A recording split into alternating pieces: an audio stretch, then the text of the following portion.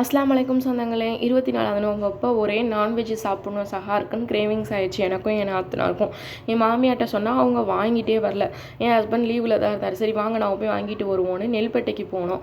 அப்போ பாலம் கீழே போகிறப்ப பைக் போக வழி இல்லை. என்ன செய்கிறதுன்னு பார்த்தா ஒரு சின்ன வழி இருந்துச்சு. எப்போயாவது வெளியே கொண்டு போகிறேன்னு என் ஹஸ்பண்ட் சொன்னார். நான் சிரிச்சுக்கிட்டே இருந்தேன். என்ன தான் பண்ணுறீங்கன்னு பார்ப்போம். கடைசியில் எப்படியோ இந்தான்னு சொல்லி வெளியே எடுத்துட்டாரு. வெளியே எடுத்துகிட்டு அங்கேருந்து கிளம்பி 10 நிமிஷம் தான். போன உடனே நெல்பேட்டையில் ஃபர்ஸ்ட் கடையில் செம்ம கூட்டமாக இருந்துச்சு. சரி நம்ம சிக்கன் காடை வாங்குவோம், காடை பொரிச்சு இன்ன வரைக்கும் வீட்டில் சாப்பிட்டதில்லைன்னு நான் சொன்னேன். அதனால காடை சிக்கன் வாங்கலான்னு சொல்லி நாங்கள் 3 பேர் சஹார் வைக்க போகிறனால 3 காடையும் ஒரு சிக்கனும் வாங்கி நம்ம சிக்கன் பிரியாணி மாதிரி செஞ்சு காடை 65 வச்சு சாப்பிடுவோன்னு சொன்னார். நான் யோசித்தேன் நல்லா இருக்குமா காடை அப்படின்னு. நீ வா நான் செஞ்சு தரேன்னு சொல்லி வாங்கிட்டு பில்லை கொடுத்துட்டு கொஞ்சம் நேரம் வெயிட் பண்ணோம். ரொம்ப கூட்டமாக இருந்துச்சு. ஏன்னு தெரியல, எல்லாருமே நான்வெஜ் சாப்பிடணுன்ற கிரேவிங்ஸில் இருந்தனால சரியான கூட்டம்.